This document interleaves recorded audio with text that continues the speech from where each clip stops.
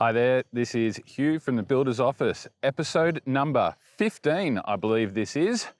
And we're off to a cracking start because a couple of days ago, I got an email from the HIA and it was detailing quite a number of things that's going through the quarterly survey reporting that they do in regards to trades and their availability, and a lot of other detailed information. Now I've got the report on me. Might be out of the office, might be taking in a little bit of sun because it is such a beautiful day.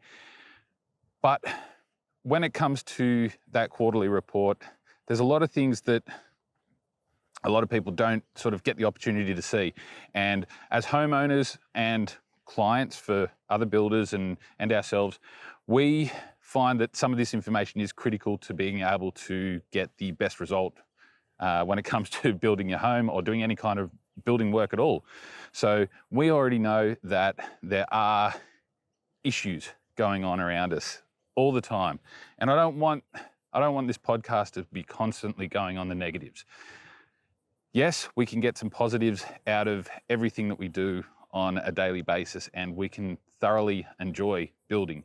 And that's ultimately our goal. And my goal as a builder is to make sure that everybody gets the best experience possible. Now, it's not always possible, but we're always aiming for it. We're striving for it. We want the best result for everybody involved. And the experience is what ultimately makes the building journey that everybody goes on the defining factor. So part of what I'm talking about today with the trades report sort of really brought home to me the issue that is going on out there in the greater community. And I know we all hear about the problem of actually getting a tradie to come out, even just getting them to our home, getting them to our business or wherever it may be, just to be able to see them. And people don't turn up, they don't return calls. The communication aspect is absolutely terrible. And when I put a post up on Instagram a little bit earlier on today, because I had these thoughts while I was jumping around from site to site, and I put it out there, and I've got a few interesting comments, a couple of DMs from people just in regards to what I described with the issues and what was going on with the lack of communication. And it was really interesting. When you go through some of that information and you do see, how would you describe it? Either the lack of communication from trades when they're not getting out to site, or they say they're going to get out to site and then no communication and don't turn up anyway. We've seen that quite a lot. I mean, over the last, I would say probably the last 18 months, we've seen a real dramatic turn in this issue with people saying they're going to do something and not turning up. We've had plenty of that. I know I have. And we can't rely on one person. Now, one of the things that I did go through with a couple of my trades was the communication aspect, and we're trying to give you as much notice about all the projects that are going to be coming up, and this is something that everybody can do, is that whole communication aspect of letting people know what the go is, when things are turning up, when trades are going to be needed on site, and getting as much forward notice as possible. Now, it's not always possible, because there might be somebody that might throw a spanner in the works and not turn up when they say they're going to turn up, and not communicate with you. And we see it all the time. But being in front of things, finding out what's going on, and communicating with the trades and being on the phone to them constantly, some people might get annoyed, but we've got to do it. One of the things, and this was a conversation that I had with one of my trades just recently, was the issue, and this seems to be not just a small part of it, but quite a large part, is the last couple of years, a lot of the things that we're realising is amplifying things, especially from an apprentice point of view, the workers, the employees for some of these trades, has been one particular thing that we're losing trades, we're losing apprentices, we don't have that great uptake in kids getting out there and wanting to work. Yes, some of these kids might have been leaving school early, but now they're leaving school early not to go into a trade. They're not leaving other jobs to join a trade because they can't see the value in it when they could do the easy thing. And I'm seeing this a lot, especially with doing a podcast and doing some stuff on YouTube, is they see that as more of an easy way to make money, and they don't want to be taking up tools and going out there into the greater industry to really do some of that work. So we're finding it very difficult. And this conversation that I had with one of my trades was that they'd lost a number of employees, a number of apprentices right before Christmas.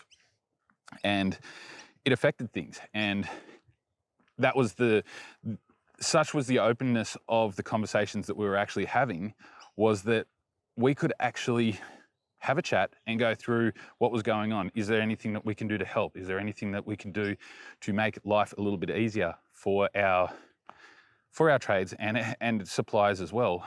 Was those conversations, and knowing what was going on, and people having those long-standing relationships where we could be frank and honest with what was going on, we could work out a solution. And nobody, and especially being able to let our clients know what was going on as well, that was a big part of it, because we know that you, as the client, you want to know what's going on. You don't want to be left high and dry. You certainly don't want to feel like your house isn't going to get completed. Yes, right now, Christmas time, New Year, it's a little bit more difficult. Everyone wants to be under the pump, but it is what it is. So we've just got to do the best that we can to manage all of that sort of thing. But that's one thing. Oh, sorry, that's a couple of things that are going on with losing employees, and they're not losing employees to other tradespeople or trades companies, but they're losing them to easier jobs, more. I mean, I know we see a lot of influencers and content creators and that sort of thing, and kids are leaning towards that because it's easy money. The digital age has allowed them to be able to make money without actually leaving their bedrooms and playing games. So a lot of the time they're preferring to do that, which I know sometimes we feel it's a little bit of a cop-out, but there's reality to it, that this is actually happening. So we've got to be considerate to what's going on. And sometimes, I know it sounds really funny, but do we need to consider that we need to have more conversations with parents of these kids to encourage them to get out of the house and to actually get into a trade? Because if that continues, all the skilled tradespeople are going to disappear. And then you're going to be left with a couple of people that are capable of building a house. And, well, then what do we do? If we lose all the people that can build houses, nobody's going to be able to build the houses. You're not going to be able to have the homes to essentially do your gaming, do your content creation. Who's going to do it? So we still need those people out there.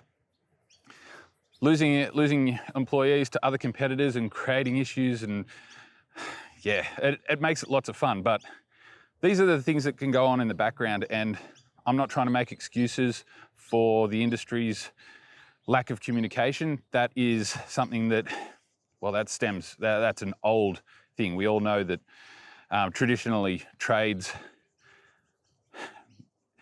business owners aren't necessarily business minded or well managed and organized as a lot of other larger companies that have the ability to structure things and get their processes and systems in place that make sure that no matter what, nothing gets missed and nothing gets changed without somebody else's knowing about it.